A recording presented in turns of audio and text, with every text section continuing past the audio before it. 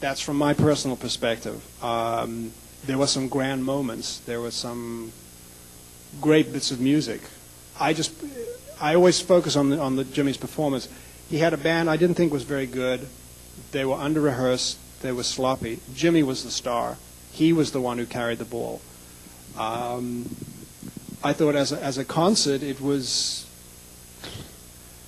How do you explain walking out onto a stage and seeing a sea of 500,000 people? Frightening.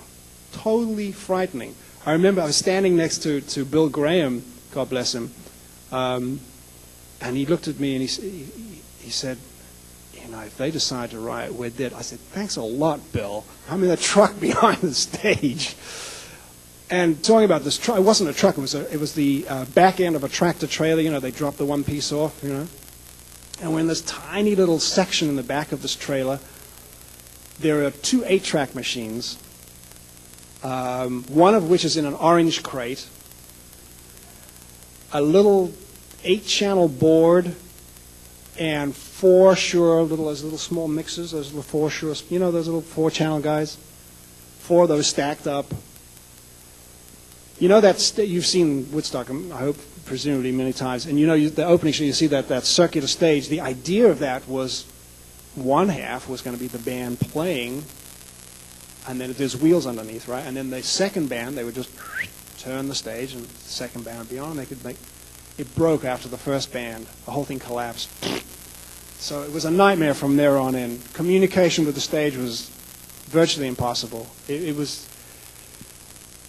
exhilarating, but a nightmare. I mean, from a recording point of view, you never knew what was going to come up on which channel. Mics were being switched in the middle, and it was like, where the hell did that vocal go?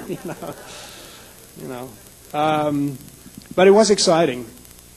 Would I do it again? They asked me, and I said, well, wow, someone's got a beeper? Cool. You must be in demand. You have to go to a session? Oh, okay. Woodstock. I wouldn't do it again. No. Questions? All right. I remember, I don't know how old I was, but I used to call myself a drummer, and I heard this sound come out of these cheesy little radio, and I stood back and almost took my heart away. I was like, who is that? What is that sound? I had never heard it before. And I don't know, one of my friends said, that's Led Zeppelin. I was like, who's the drummer? John Bonham. I could not believe the immenseness. I thought this guy was like 8 foot, and He was.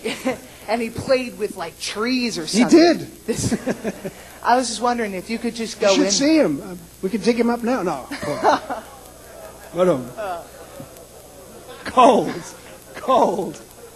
I was just wondering if you could just take and get a little bit more specific with how you did some of his drum sounds and how you got that. I went like this. I closed my eyes, and I said, okay, put that mic there, that mic there, that mic there. No, I'm just kidding.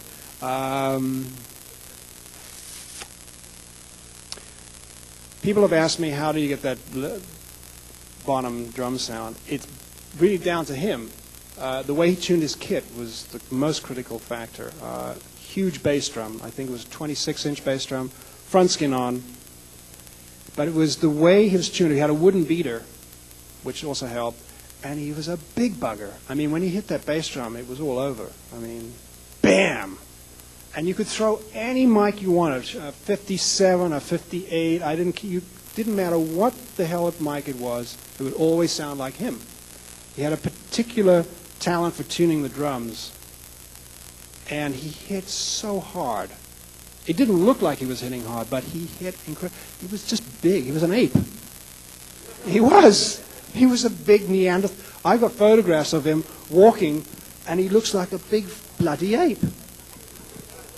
Sweet guy, though. Sweet guy.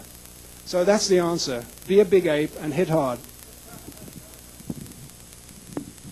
Oh, questions? Hello. Hi. Actually, I have 2 questions. I'm going to charge for the second one. Okay.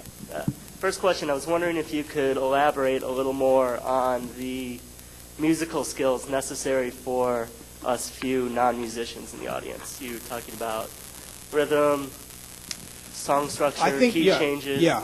Rhythm is, to me, the most critical aspect. I think if you can learn the basic elements of counting bars and knowing where the downbeat is, if you know where the downbeat is, without fail, you're home, And try and get to learn about the structure of songs, intro, verse, chorus, bridge, blah, blah, blah. Try and figure out how the song is mapped out. One of the most important things you could do, I would say, let's say you're being a tape operator for a producer or engineer, map the song out. Start the counter at 0, and as the song is playing, you write down intro, 001 to like 15 seconds, and then the verse 1 starts at 16 seconds, and then it goes to the B section, and then to the chorus, etc. If you map it out carefully, that goes a long way to preserving your sanity and your job. But I would definitely practice, with some kind of written note paper too. That would be very critical. Okay. My second question was... Oh, well, this is the one we have to pay for, right? Good. Yeah. We'll talk later about it. With the advent of DA-88's smaller digital multi-tracks, affordable professional consoles, where do you see the future of the professional studio environment? Oh, the professional studios are now buying DA-88s and ADATs right out of the box. I mean, they're all storing them up in their control rooms, and they're using them. Because, like I suggested, people who are now making records in their houses are coming into a professional studio because they want to transfer it to Dig or to a multi-track and overdub a couple of things and mix, on a proper console. Studios have to have them. And I don't think it's affecting it negatively. I think that the professional studios have just incorporated that stuff into their arsenal of weapons. Okay, I'm back. I have I don't know if it's really a question again, but it's something kind of a weird little thing that I've been thinking about. Is since the evolution of music or whatever, there's always From which been, period of time? Well, no, I'm just talking in general, on the big scape. Okay, other people are influenced by what happened before them. You know what I mean? And then they take some things from what was there before, and then they make a new form.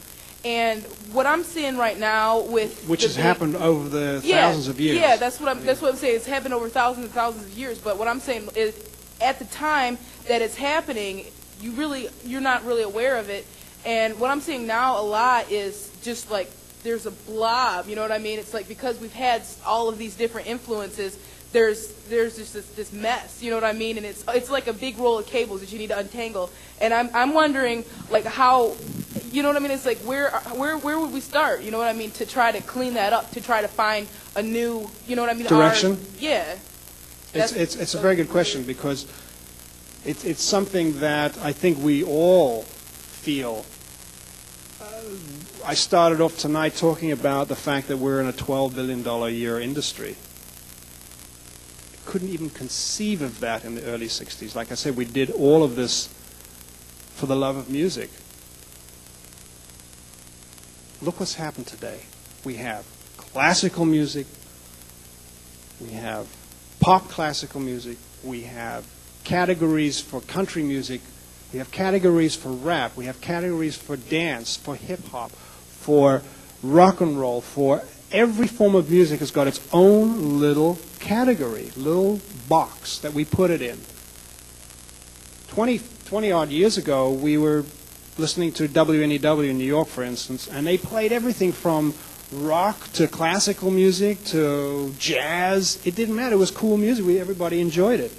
Now you have a jazz station that plays only jazz, and then the rock stations, and then there's classic rock. And I think what has happened is because it's become a business that there is this blob that you were talking about. It's disturbing. I don't quite have the answer. I wish I did. I know also, especially in your specific areas that you've worked with, I'm trying to figure out that was real, you know what I mean? And the things that I hear, you know what I mean, basically the new What stuff you're hearing comes today out is a regurgitation of it everything is. that's happened It's not, before. It's yes. not real, and like where. Well, it know, is It's re- like how are the people that are going to be next going to be able to see, to be able to conceive